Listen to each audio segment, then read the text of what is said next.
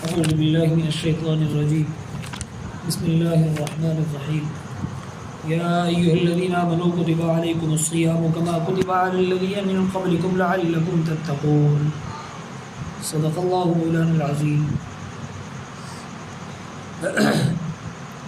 قال النبی صلی اللہ علیہ وسلم الصوم لی وانا اجزی بہ وفی روایت انا اجزا بہ او کما قال علیہ الصلاۃ والسلام۔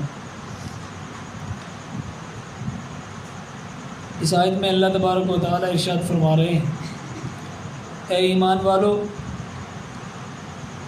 تمہارے اوپر روزے فرض کیے گئے ہیں جیسے تم سے پہلے لوگوں پر روزے فرض ہوئے تھے۔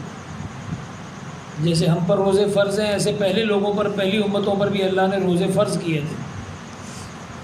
اس کا اللہ پاک نے یہاں اظہار فرمایا کہ پہلی امتوں پر، پہلے لوگوں پر بھی روزے فرض کیے گئے، اسی طرح تمہارے اوپر بھی روزے فرض ہوئے۔ روزہ ضروری ہے، یہ اپنی مرضی کی چیز نہیں ہے۔ عاقل بالغ مرد عورت کے لیے روزے کا رکھنا بہت ضروری ہے۔ اگر پوری زندگی روزے رکھتا رہے تو پوری زندگی کے روزے رمضان میں چھوڑے ہوئے ایک روزے کا بھی مقابلہ نہیں کر سکتے۔ روزے کی بہت اہمیت ہے۔ رمضان کا روزہ پھر دوبارہ ملتا نہیں۔ اس کے لیے کچھ پابندیاں ہیں، کچھ مسائل ہیں، کچھ ضروری چیزیں ہیں، ان کو سمجھنا بھی ضروری ہے اور ان کو آگے بتانا، گھر میں یاد رکھنا، اس کی بھی ضرورت ہے۔ لیکن روزے کا مقصد کیا ہے؟ اللہ تبارک و تعالیٰ ارشاد فرما رہے ہیں لعلکم تتقون، تاکہ تمہارے اندر پرہیزگاری آ جائے، تم ڈرنے والے بن جاؤ، تمہارے اندر تقوی آ جائے، تمہارے اندر خوف خداوندی پیدا ہو، تم پورے دین کو سمجھنے والے بنو اور تم پورے دین پر عمل کرنے والے بن جاؤ، تمہارے اندر ایمان کی مضبوطی بھی ہو، عبادات کی پختگی بھی ہو، معاملات کی درستگی بھی ہو، معاشرت کی بہتری بھی ہو اور اخلاقیات کی بلندی بھی تمہارے اندر پیدا ہو۔ ان ساری چیزوں کو پیدا کرنے کے لیے اللہ پاک نے تمہارے لیے ایک بہترین تحفہ دیا ہے۔ روزے کے ذریعے اللہ پاک سے بندہ مانگنا بھی آسان۔ روزے کی قدر و قیمت کیا ہے اور اس کی اہمیت کیا ہے؟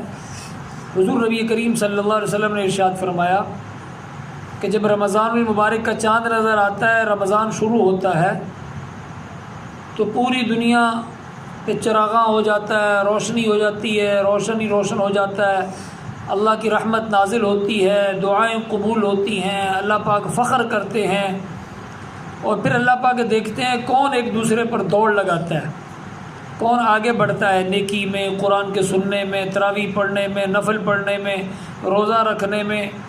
پھر اللہ اس پر فخر کرتے ہیں کہ دیکھ میرا بندہ آگے بڑھ رہا ہے، ایک دوسرے سے آگے بڑھ رہا ہے۔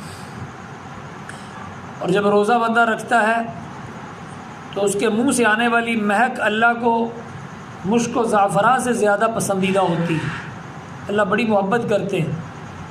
سحری میں بندہ سحری کھاتا ہے تو سحری کے بعد جب دعا مانگتا ہے اللہ پاک اس کی دعا کو قبول فرماتے ہیں۔ افطاری میں دعا مانگتا ہے اللہ اس کی افطاری کی دعا کو قبول کرتے ہیں۔ اور خاتون خانہ جب خاتون گھر میں سارا دن کام کرتی ہے، وہ گھر میں مصروف ہوتی ہے روزے کے ساتھ، افطاری کی تیاری، سحری کی تیاری، تو بظاہر دیکھنے میں تو یہ گھر کے کام کر رہی ہے، لیکن اللہ کے ہاں یہ سارے کا سارا وقت اس کا عبادت میں شمار ہوتا ہے۔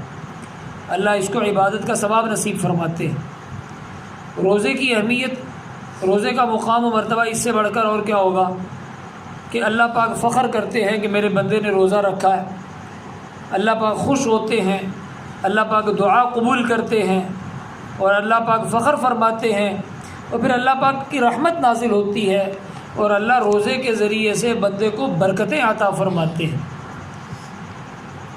اس لیے روزے کو کمزور نہیں سمجھنا چاہیے۔ روزہ ایک بہت بڑی نعمت ہے اور یہ اللہ کی طرف سے ایک ایسی نعمت ہے جو دوبارہ کہیں میسر آنے والی نہیں ہے، یعنی رمضان کے بعد کسی اور وقت میں یہ نہیں مل سکتی، یہ ایک خاص رمضان کے مہینے میں ہی عطا ہوتی ہے۔ اور جب بندہ روزہ رکھتا ہے، اللہ کی بندی روزہ رکھتی ہے اور اس کو آنے والی تکلیف، اس کو آنے والی پریشانی، اس کو لگنے والی بھوک پیاس مشقت اور پھر رمضان کے اندر قرآن کی تلاوت، اس کے اوپر انشاءاللہ کل قرآن کی تلاوت پر کل بات ہوگی۔ پھر رمضان میں قرآن کی تلاوت، اس کے اوپر اللہ پاک کو بہت ناز ہوتا ہے۔ لیکن آج کی نشست میں روزے کی اہمیت پر بات سمجھنی ضروری تھی کہ اگر ساری زندگی بھی روزہ رکھتا رہے تو رمضان کے چھوڑے ہوئے ایک روزے کا مقابلہ نہیں ہو سکتا۔ اس کی اہمیت اللہ کو بہت زیادہ ہے۔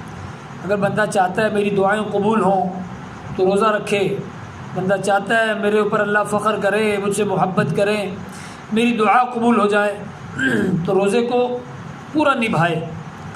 حضور نبی کریم صلی اللہ علیہ وسلم کا یہ بھی ارشاد، کریم آقا علیہ السلام نے ارشاد فرمایا، بعض روزہ رکھنے والے ایسے ہیں سارا دن بھوکا پیاسا رہنے کے علاوہ ان کو کچھ ملتا ہی نہیں، یعنی روزہ رکھنے کا مقصد پورا نہیں ہوتا۔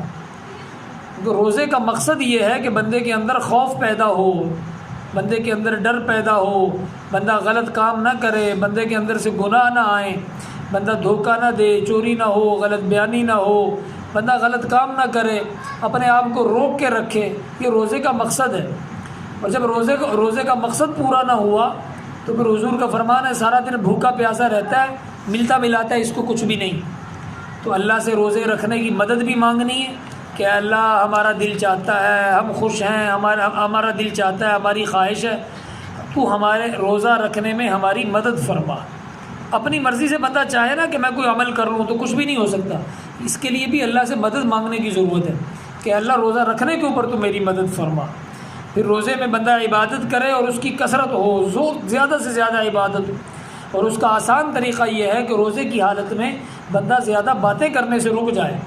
روزے کا معنی رکنا ہے، اور روزے کا مقصد یہ نہیں ہے کہ صرف کھانے پینے سے رک جائے، کوئی گناہ سے بھی رکے، باتیں کرنے سے بھی رکے، بے حیائی سے بھی رکے، غلط امور سے بھی رکے، اپنے آپ کو روک کے رکھے۔ اگر نیکی نہیں کر سکتا تو گناہ بھی نہ کرے، تلاوت ذکر اذکار نہیں کر سکتا تو زیادہ باتیں بھی نہ کرے۔ بھئی اس کا اہتمام جب ہوگا، اس کی جب پوری کوشش ہوگی، بندہ اپنی طرف سے ارادہ تو کرے، کوشش تو کرے، اور پھر اللہ نے توفیق دی ہے سحری میں کھانے کے لیے اٹھنا ہی اٹھنا ہے، روزہ رکھنا ہی رکھنا ہے۔ بھئی ارادہ کر لیا جائے کہ میں روزہ رکھنے وقت انشاءاللہ سحری کے وقت میں تہجد کی نیت کرتی ہوں کہ اللہ تیری توفیق ہوگی میں 2 نفل پڑھ لوں، کم از کم 2 نفل تو بندہ رمضان میں عادت بنائے، 2 4 6 نفل، جتنی ہمت ہوئی توفیق ہوئی نفل پڑھ لیے جائے، پہلے کھانے سے پہلے، کھانے کے بعد میں، کچھ تھوڑا سا وقت درمیان میں۔ اس کی ترتیب بنانے کی ضرورت ہے۔ جس درجے پہ ترتیب ہوگی، جس درجے پہ کوشش ہوگی، اس درجے پر اللہ پاک کی رحمت نازل ہوگی، برکتیں آئیں گی، اور برکتوں کے ذریعے سے ہی بندے کے کام ہوتے ہیں۔ اللہ تعالی عمل کی توفیق نصیب فرمائے۔ الحمدللہ رب العالمین، حمد الشاکرین، والصلاۃ والسلام علی رسول النبی الکریم۔ ربنا آتنا فی الدنیا حسنۃ وفی الآخرۃ حسنۃ وقنا عذاب النار۔ اے اللہ سب کی تراویح کو قبول فرما۔ اے اللہ رمضان کی آمد ہے، تیری طرف سے بہاریں ہیں، اے اللہ تیری طرف سے نعمتوں کا نزول ہے، رحمتوں و برکتوں کا مہینہ شروع ہے۔ اے اللہ سب کی جائز خواہشات حاجات کو پورا فرما دے، ہم سب کو شوق سے عبادت کی توفیق نصیب فرما۔ اے اللہ ہمارے اندر محبت پیدا فرما دے، روزے کا پیار نصیب فرما دے، روزے کی محبت نصیب فرما دے، دل نہ بھی چاہے پھر بھی روزے کے اندر پورے شوق سے رکھنے کی اے اللہ ہمت عطا فرما۔ صلی اللہ تعالی علی خیر خلقہ محمد وعلی آلہ اصحابہ اجمعین برحمتک یا ارحم الراحمین۔ ساری بچیاں بیٹھو بھی اپنی جگہ پہ، ایک بچی اندر جا کے لے آئی، ان کا سامان ان کو دے دو، بچوں میں تقسیم کرو۔